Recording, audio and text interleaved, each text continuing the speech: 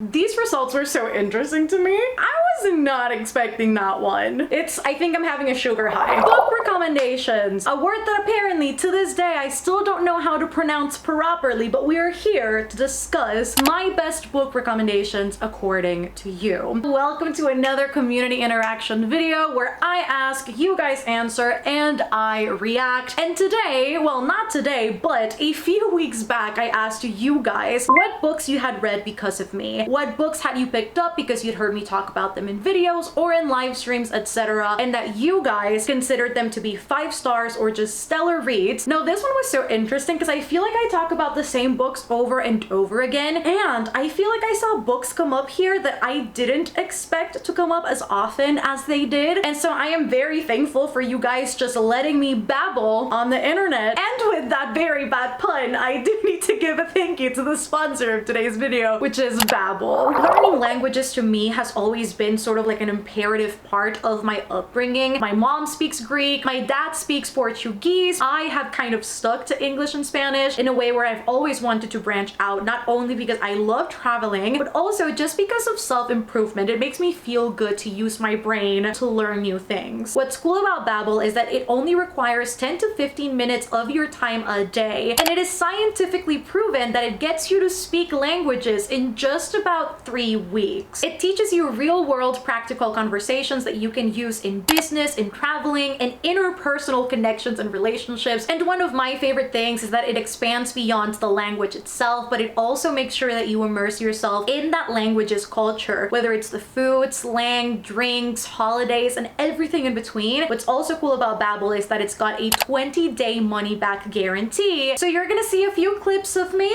Don't judge me. This is me practicing my Portuguese, which is the language that I'm currently learning. Okay, it's my time to review. I'm kind of scared. Let me hear it. Obrigado. Obrigado. Desculpa. Desculpa. You made that sound easy? Nice?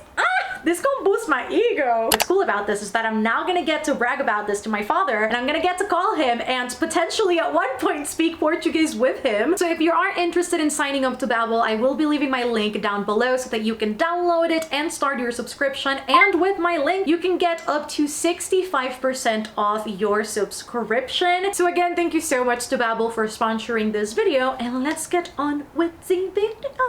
So the way that I structured this was you guys sent in all of your replies. Some of you sent more than one, which thank you, very flattered. And I sifted through them one by one. And I just kind of started scratching out to see how many votes each had. And then based on the final tally of votes, I grabbed the 10 or the 10 tied most voted, and I compiled a list. And this is what we're gonna go over today. So at number 10, I actually didn't think this one would come up, and I'm so proud of you guys for listening for this one. Amari and the Night Brothers by B.B. Alston. I didn't expect this to be on the list, if I'm being honest. I kind of expected more YA adult to be on the realm of things, but I am honestly so excited that you guys are picking this up because this is hands down the best middle grade that I have read in the entirety of 2021. And the setting catalyst for this story is Quentin Peters, who has supposedly gone missing, except that there is one individual who does not believe any of these claims, and that is Amari Peters, his sister. And Amari will set out on this quest to attempt to find out what happened to her brother Quentin, and it all starts by a strange briefcase that is addressed to her and her only, with an invitation to try out for the Bureau of Supernatural Affairs. And again, in an attempt to find her brother, Amari will find herself embroiled in this very magical world. Her resilience and her strength and her love for people and for the world and for believing better of people is so worthy of admiration, and her journey is just a testament to all of her qualities and her growth as a person and her willingness to just prove herself in a world that is all seemingly against her. It was honestly such a beautiful journey, made me cry in so many different parts of it. And again, the magic system truly shines here. It's so fantastical and it's just so action-packed. And if you like quest tryout based stories, this is the way to go. At number 9, another one that I didn't think would show up on this list. I'm still questioning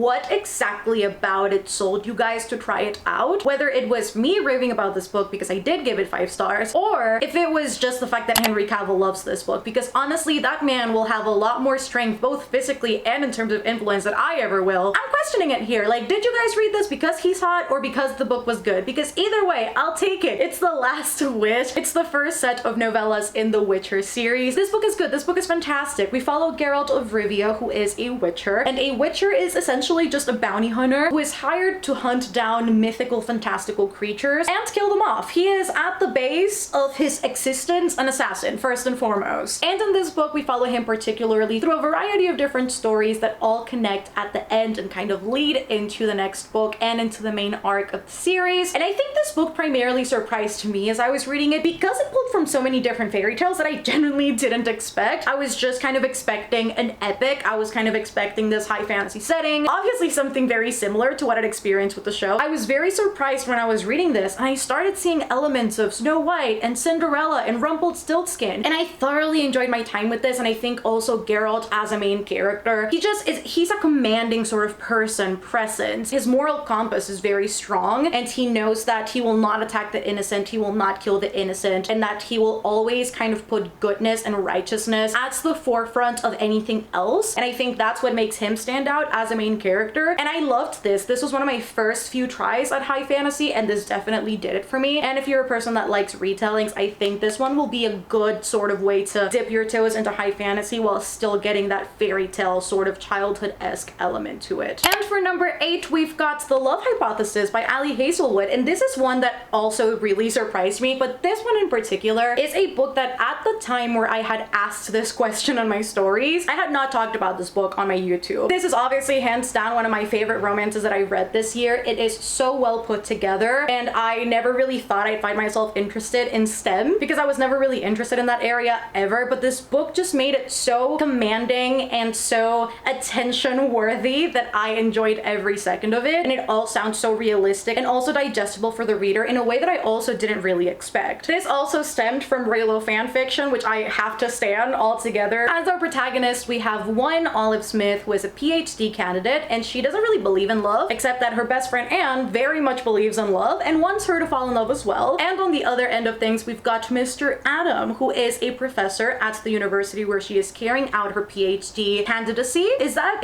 how you phrase that? If it isn't, just ignore me. But he works at the university where she is currently at, and he's this kind of grumpster figure that essentially haunts all of the PhD candidates into not doing good enough, into not trying hard enough, and into not making sense at all. And because Olive wants to convince her best friend that she is very much in a relationship, these two unlikely people just pair together and fake a relationship. And it is so well done. I think most of the time when we have this grumpster sunshine trope, most of the time the love interest ends up being incredibly rude to the main character and just offensive for the sake of proving how much of a man he is. I don't care what women think about me because I'm the one that gets laid all the time. That was a horrible depiction, but that's basically the way that the ones I've read go. And it is very clear that he is pining after Olive in this one, and that he actually wants Olive, and that he's attracted to her. And he makes sure to be really nice to her and to demonstrate his sort of acceptance and willingness to participate in this and not be as much of a grumpster with her as he is with everybody else. And that dynamic right there was something that I highly enjoyed. And the second book tied at number 8 is Ace of Spades by Farida Abike Iyimide, and I love that this book came up because this book deserves to be in all the recommendation lists. Everybody deserves to experience this, and to rightfully so love it, because this book deserves nothing less than a 5-star. It's just so good. We've got a Gossip Girl meets a Get Out moment, which honestly, if I had never seen this book, I probably wouldn't have thought it worked as well as it did, but Farida proved us all that it works amazingly well. We have an academy setting in this one. It is called Nivea's Private Academy, therefore it does fall onto that gothic sort of dark academia feeling that I know a lot of us love. And we follow Devon and Chiamaka, who are the only 2 black students at this school, and how they are now being targeted by this person person called aces. They are being hunted down both physically and digitally, and aces won't stop up until they either give in or they have a constant living hell of a life, which is the scariest thing I have ever heard. The tension, the characters and the way that these characters are built up, their life stories, their personalities, it just reflects, sadly enough, how the world works out there and how institutions work as well. It was such a wild journey, and the way that Farida just wrote this book, you can tell that it comes from a place of experience and a place of love and wanting to provide people with hope that things will get better, that there is some sort of light and love and hope at the end of the tunnel. And I think that's one of the elements that made this book so good, is the fact that there was still hope and it was not this sort of hopeless story. And that's the part that I genuinely liked about this. At the end, the last third just had me crying in general. I don't know what that sound was that just came out of my mouth, but I was just weeping all over the place. This book was a lot, but it was the best kind of a lot. At number 7, I have 3 that were tied, so I'll try and go through these as quickly as possible. But the first one was Scythe by Neil Shusterman. Did I say that right? I always say Shusterman wrong, and then you guys say, Mel, you're saying Schustermans, and I do. It doesn't roll off the tongue, okay? My first language is not English, okay? So if I say Schustermans, just let me go. This one was just the best example, in my opinion, of what a YA dystopian can do at representing what a sort of utopian dystopian society could look like in a very realistic way, while still highlighting so many important issues that we as a society are now facing. In this one, we have a world that has no hunger, there is no war, there is no disease, there is no death, and the only way for people to die is to be gleaned or killed, kindly killed, if you will, by scythes, who are these people that are part of a society called the Scythedom, and they're the ones that kind of oversee people dying to keep this semblance of balance in the world, which all sounds very just wild. But this raises the question truly of, if governmental institutions, if the ways of our system were different, would they really be different? Would there be no corruption? Would there be no greed? Would there be no crime? And those to me are the questions that this book raises, and it raises them in the best way possible. I love this book. It's so good. The main characters, Sidra and Rowan, to me are the best lenses to look at this world, at this story through. I think because of their sort of separate and together journeys, it made it such a compelling narrative, and it was so good. Middle Game by Shannon Maguire, which I've talked about a million times, and whenever I talk about this book, it gets really lengthy, so let me go through it very quickly. We ask the question of, if human beings are born with telekinetic abilities, with psychic abilities, and as we grew older, because we do not practice those abilities, we lose them, what would happen if we literally bred children in very stable, sort of conditions?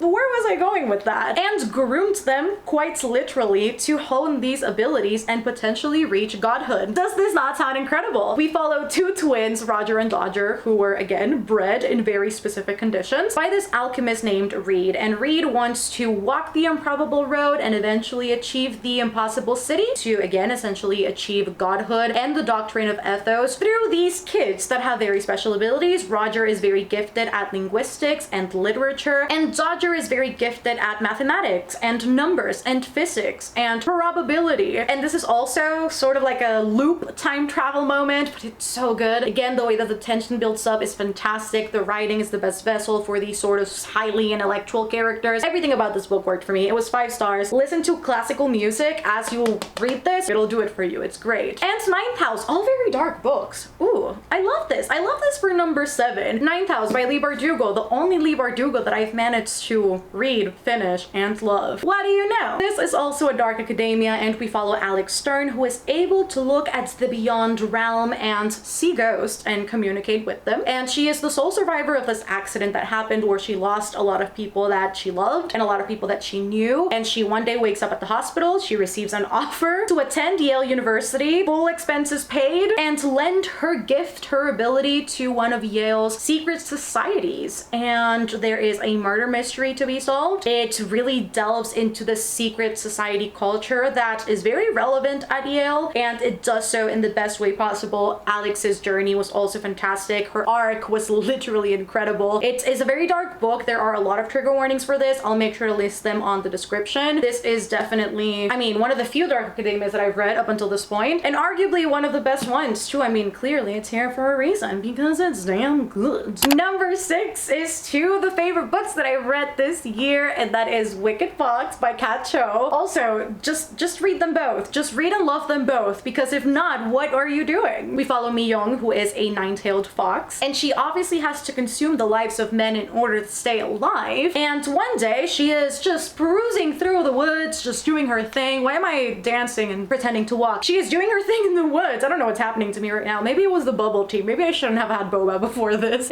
I think I'm having a sugar high. Love this for y'all, hate this for me. But she is in the woods and she stumbles upon this guy around her age called Ji-hoon, and lo and behold, Miss Gumiho loses her fox bead, which is the only thing truly keeping her alive, because if she is apart from it for a long time, she will die. She has to find it before her 100-something days are up. And truly, beyond the Korean lore mythology element that this book has very prevalent in it, I think it's the familial dynamics in this that made it so compelling of a story. Also, Mi Young is a character that kind of has this facade that she doesn't care, that she truly is just here and ready to listen to every command that her mother has. And her sense of individualism is not really present throughout the first half of the book or so. And part of the book is really just her journey with embracing that she is her own person and she can have her own thoughts and her own opinions and her own friends and her own arc and her own everything, that it's not solely about her mother. And then Ji-hoon on the other end of it is just such an incredible companion to that story, and so it's continuously pushing her at realizing all of these things. I just think this pairing worked so perfectly, and all of the side characters were also hilarious. And I think that's what this book does. It mixes all of these different sort of moods so perfectly, where it's sad, but it's also funny and it's interesting, and the world building is also fantastic. And I just think Kat Cho nailed it with this one, so y'all just need to read this, is all I'm saying. Don't sleep on this. A Discovery of Witches. I love that this is here at number 6 as well. A book that I also thought you guys weren't necessarily gonna say like, oh, I picked this up because of you, even though I've talked about this a lot of the time, and every time I talk about this, I do rave about it. But in this one, we follow Diana Bishop, who is a witch in denial, basically. She does not want to embrace that is her ultimate fate, and so she has opted for the scholarly route. She currently resides in Oxford University, and she does a lot of research in the Bodleian Library, except that one day, Ms. Witch pulls out a book, the Ashmole 782, which is a missing alchemical text, and she is the only one that for hundreds of years has been able to pull out this text and actually open it. And because of those reasons, she has unleashed a war between species, and the only likely person to help her is the most unlikely companion, which is a vampire who's called Matthew Claremont, and he is the love of my life, but this is against all rules. It's the perfect mix between being sciency, historical, fantastical, and a romance. I cannot say enough good things about Deborah Harkness's writing. Honestly, I never thought I'd care about any of those elements put together, but she just made it so easy to dive into and lost yourself in. And to me, that's the best sort of writing, where the author just takes elements that wouldn't necessarily interest a lot of readers or a section of readers and make them interested. That to me is a job well done. That to me is purpose accomplished. And that's just everything with this book. It truly, truly is. Entering the top 5 is... I'm currently reading the sequel to this book, and when I tell you guys that it's even better than the first one, I'm not even lying. That is These Violent Delights by Chloe Gong. It's so freaking good.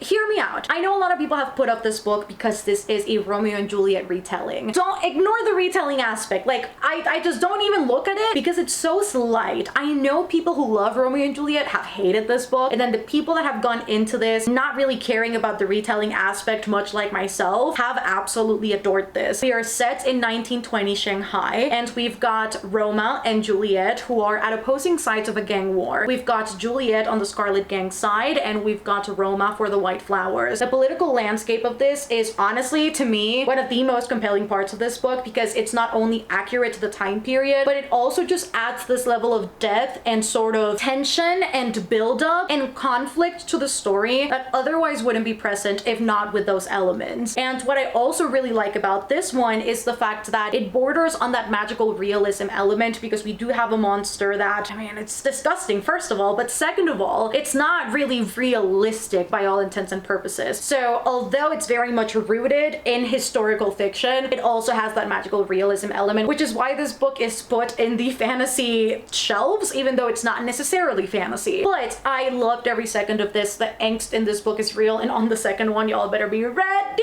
because it's so good. I am currently filming a vlog for the second book and you guys are not ready, okay? It's just all over the place, but so good. And again, I think what makes this book so good is that it uses the enemies to lovers trope in a vicious cycle, which makes so much sense. Because when you're truly enemies, or you come from completely different sides of a war or just about any other situation that would put you in that enemies to lovers landscape, you're constantly at this tug of war of like, do I love you? Do I hate you? Am I supposed to hate you? So why do I love you? And that tug of war right there, that uncertainty, that willingness to please others at the expense of yourself and what you want, is what enemies to lovers can be accomplished if you set out to do it correctly. And Chloe Gong just does it perfectly. That to me is why this book is so good, apart from all of the other elements. So please read this. I know so many people have put this off. Just don't listen to everybody else. Just listen to me for this book. Just listen to me. I beg of you. Another book I didn't think would come up on this list, Truly Devious by Maureen Johnson. I don't know why I didn't think this would come up so high, but it's number 4. I don't know if I even genuinely thought this would be in here, but it's on the list. It's also a dark academia. It is YA though. But we follow Stevie, who loves true crime. She is in love with Sherlock Holmes and Agatha Christie, and that is what she wants to pursue for a living. And she gets an invitation to Ellingham Academy, which is this very prestigious place, invite only, all expenses paid, only for the best of the best. It's essentially just for prodigies, really. And the only reason why she accepts is because there was this cold case that happened 80 years in the past where the founder of the school unfortunately lost his wife and daughter to a kidnapping, and nobody ever really knew what happened to them. And so Stevie, as this sort of case study, goes there in order to solve this crime and to make that the focus of her studies at Ellingham. I loved this because it genuinely gave me the spooks and the creeps when it probably shouldn't have had to, but the book was just so good. The tension was also fantastic. I love how we at one point kind of overlap this sort of past and present. There is some sort of reemergence of Truly Devious in present time, and how Stevie truly thinks that she's in the know, but she's not in the know, and at times we know more than she does, and at times she knows more than we do. It's this constant back and forth where you truly don't know where it's going, and it has ways of surprising you that are so good. The side characters are also fantastic. I love how she had kind of like her squad and her friends there to help her when, I mean, they technically didn't have to, or they shouldn't have had to in many instances, but they did. And that was just so easy and nice to read that this is truly one of like the best YA thrillers that I've read. I know a lot of people love A Good Girl's Guide to Murder. Love that for them. I didn't like that book, but this one though, this is my YA thriller. This is how you know you guys are listening to what I say, because this is probably one of the most DNF'd books I've seen, at least from like friends and people that I follow. And the fact that you guys looked past the lyrical writing and that you guys looked past every negative thought and you said, I'm gonna read Strange the Dreamer, that's how you know y'all are my people. Strange the Dreamer is number 3 on this list, and I couldn't be more happy that you guys are reading this. I connected to this book in so many different ways. I think beyond the world that is so magical and really just has a way of encapsulating you in a way that I truly haven't experienced with a lot of other books, I think beyond that and beyond the characters, what truly spoke to me was the writing, and how the writing continuously addressed these feelings of inadequacy and loneliness and just feeling lost in a world that, you know, kind of boxes you into certain different areas, and how sometimes the journey may be hard but the answers will be found. I loved that aspect of the writing, and I loved Laszlo as a conduit for that story. We follow Laszlo, who is a librarian, and he dreams of this lost city, which people have deemed the lost city of Weep. Nobody remembers a lot of specifics about the city, nor why it disappeared, nor what was there before it went sort of lost, extinct. And one day he gets the opportunity to go there, travel there, and potentially find out all of the answers that he's been seeking. The villain of the story was not only so comprehensible, but also so wicked and surprising. The love interest in this book was also just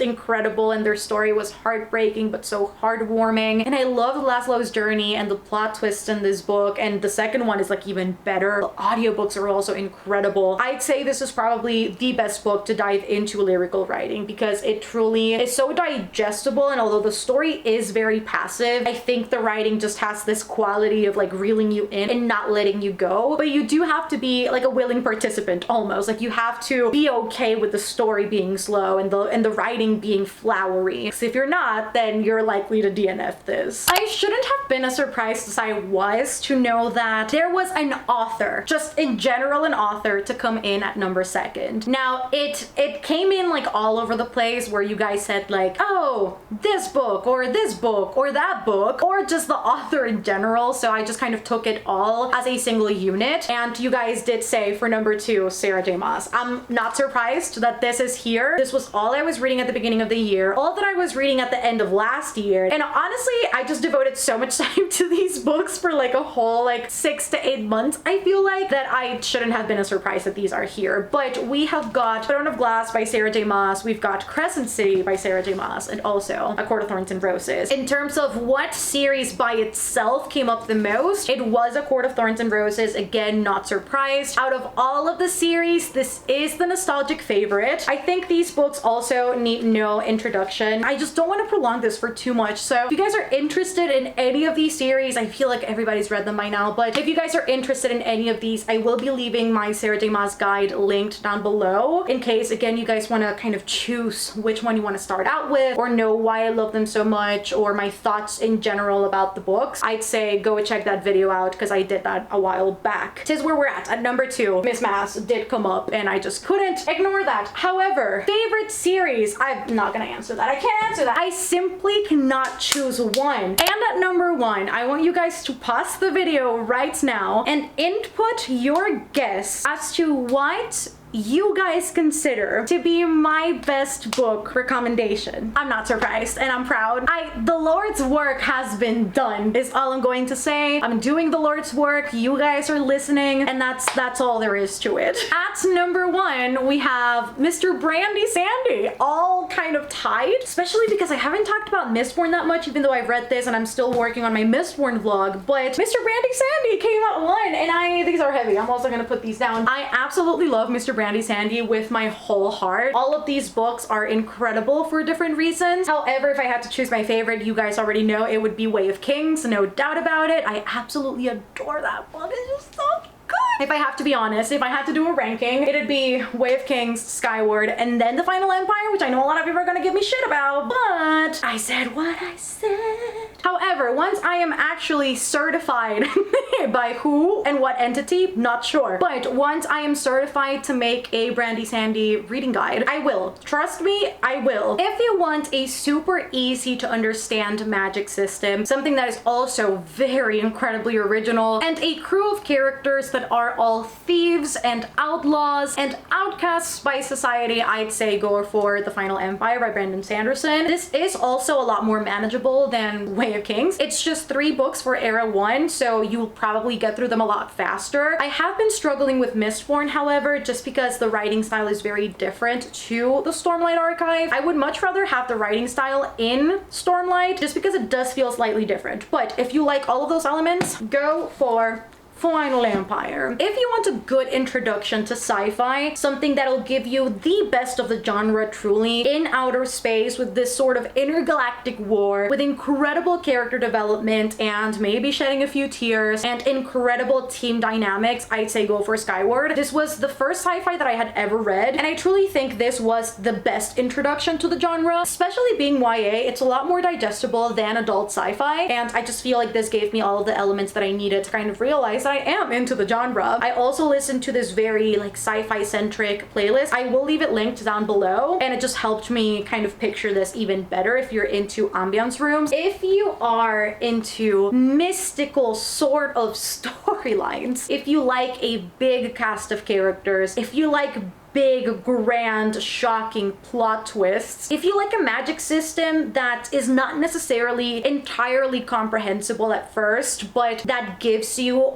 all of the big high fantasy epic vibes, I'd say go for Stormlight Archive. I think Stormlight Archive is a series, or at least the first book. It's obviously lengthy, but I genuinely truly believe that the length of these books are the most intimidating thing. Brandon Sanderson just has this quality to his writing that makes it really easy to fall in love with the characters and with the writing and with the story, and makes it so easy to read and to understand as well. I just absolutely love his writing in Stormlight, and I find that it feels very different to the way that Mistborn felt to me as I was reading it, or maybe it's just because I read this first and then read that and I just wanted more of this. Whichever of the two, I just absolutely love Stormlight, clearly, and this world is all I need. And so according to you guys, those are my best book recommendations. Again, a tier list of 10, but honestly, more books. 1, 2, 3, 4, 5. 18 books that you guys think are my best book recommendations. Take that however you will. Maybe this will help you guys kind of narrow down the type of books that you want to pick up based on what other people have thought beyond myself. I hope that you guys enjoyed this video. If you did, don't forget to smash that like button down below and let me know down in the comments if you've picked up these books. What have you thought of them? Have you liked them? Any sort of criticism or discussion that you want to partake in the comment section, leave it all down below. Or if there are other books that you've picked up because of me and I didn't necessarily talk about in this video, also make sure to pop those down in the comments. I'm sure we can start like a whole recommendation thread in the comments if we really wanted to, so make sure to leave all of that down below. If you reached the very end of the video, if you guys reached the end of the video, let's comment this emoji, the hands that is like this. Don't forget to subscribe down below if you haven't done so already. I am constantly uploading videos that I am sure you don't want to miss. And if you want to support the channel further, I do have a Patreon. We call ourselves the Citadel. That is always linked down below if you want more buddy reads, a book club, Discord chats, more live streams, extra videos, and all of the fun stuff. That is always linked down below alongside all of my social medias. Thank you once more to Babbel for sponsoring today's video. Don't forget that you guys can get 65% off your subscription if you only click the link in the description. So if you want to start learning a new language and start mastering it in as little as 3 weeks, make sure that you guys check them out because they're incredible. And yes, I love you guys so much. Thank you for participating in another community-based video, and I shall see you guys on the next one. Bye guys.